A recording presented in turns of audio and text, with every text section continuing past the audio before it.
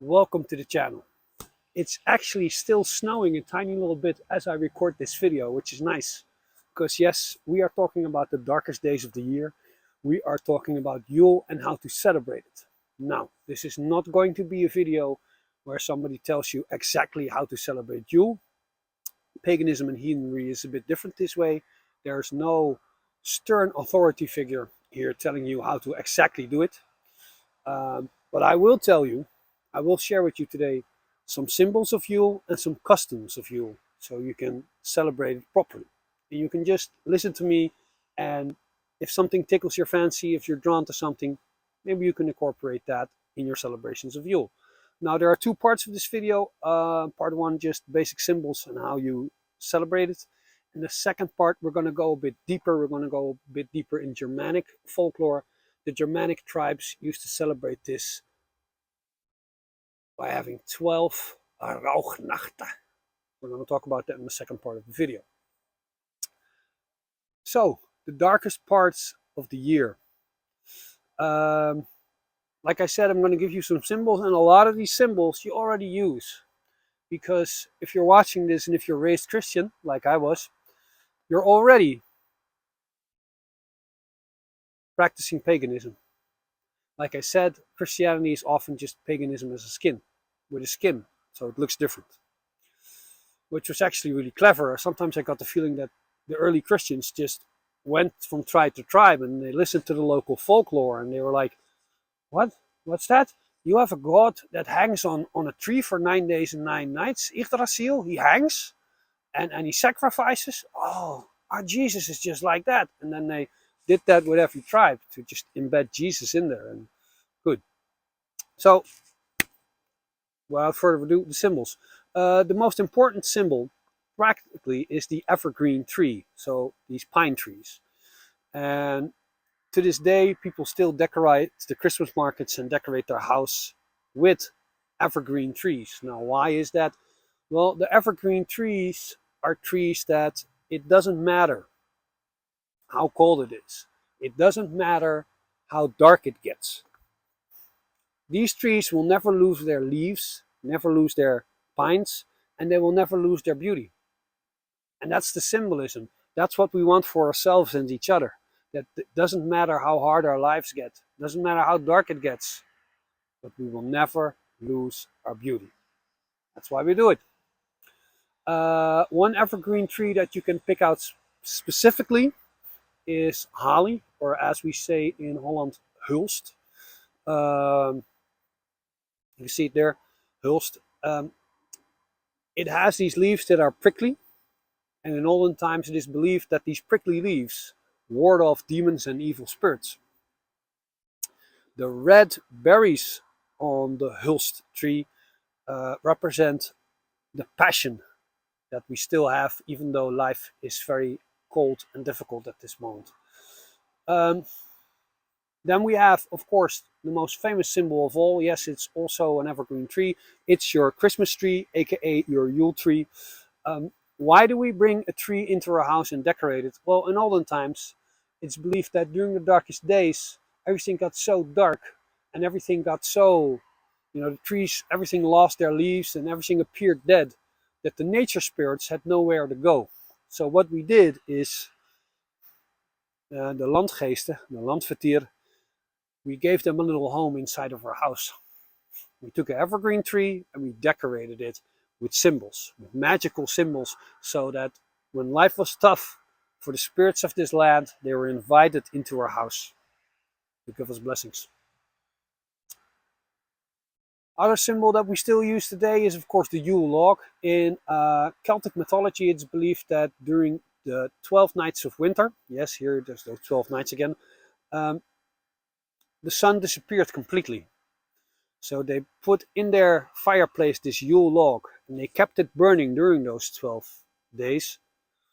And they believed that if you did a good job, then the sun would return and will start to grow in power again after those 12 days. So there you have it. Some symbols and traditions for the darkest and coldest part of the year. Like I said, most of us already do these traditions, but we don't know why we do them anymore. I'm going to talk now a bit about something that I'm just beginning to learn myself. Raughnachte. Translated in Dutch, rooknachten, and translated in English, the rough nights. For the Germanic tribes, these 12 nights, that's the nights that are the darkest, they were all about cleansing yourself.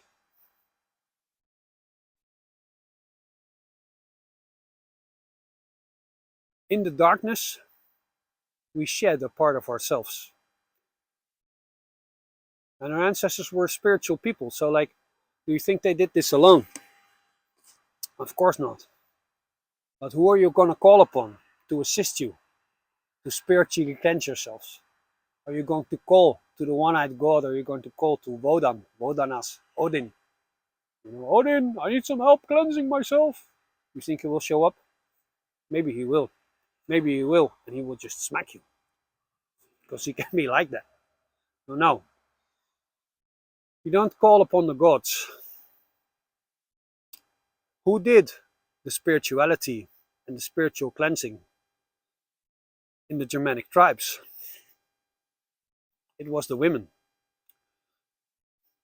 Overwhelming majority of people who did stuff like that were the women. It were the Volvas, the Mekridas, the Troridas. They have many names, but they were sealers and healers. So what I am going to do during these December nights, these rough nights, I've already started doing this.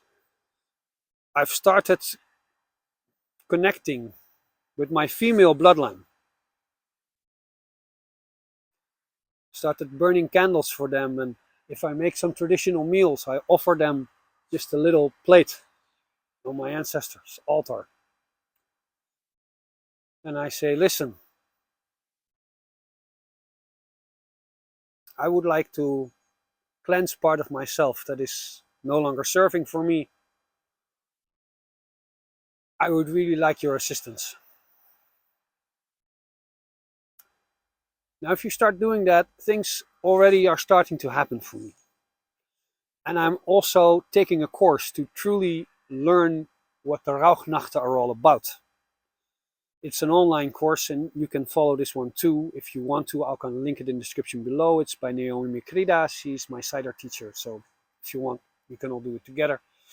I'm not trying to sell you something. I'm just informing you of what's keeping me up at night, and what's keeping me up at night at the moment are the raughnachten.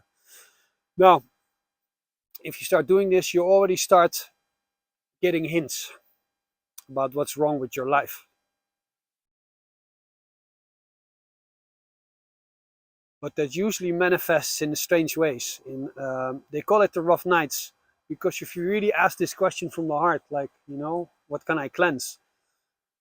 Sometimes things go wrong. And because things go wrong, they show you what you should stop doing right now. I'm in that process right now. But I will learn more about the rough nights, and probably next year I'll do a whole video about the rough nights.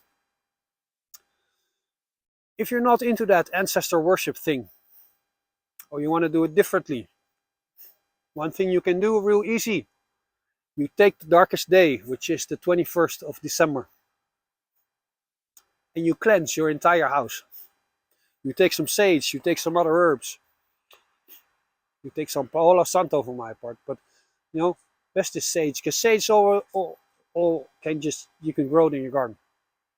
And you just cleanse. You cleanse yourself. You cleanse whoever's in that house. You cleanse your pets, and you just cleanse your whole house. And you burn a candle.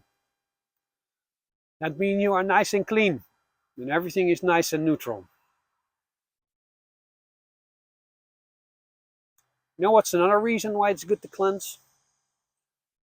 It's hard to believe right now because everything is like snowy and icy, but a new year, a new sun is coming. New beginnings will automatically arrive. Now, when life wants to give you something new, that's great. But in order to receive it, you need to have two hands. If you are constantly holding on to stuff, your hands are not open to receive the new stuff, and you can't receive the blessings of the new year. So if there's ever a time to let the F go, now is the time. So I wish you very pleasant midwinter days, a very good rough nights, a very Merry Christmas, and I'll see you all next week. Ga met de goden!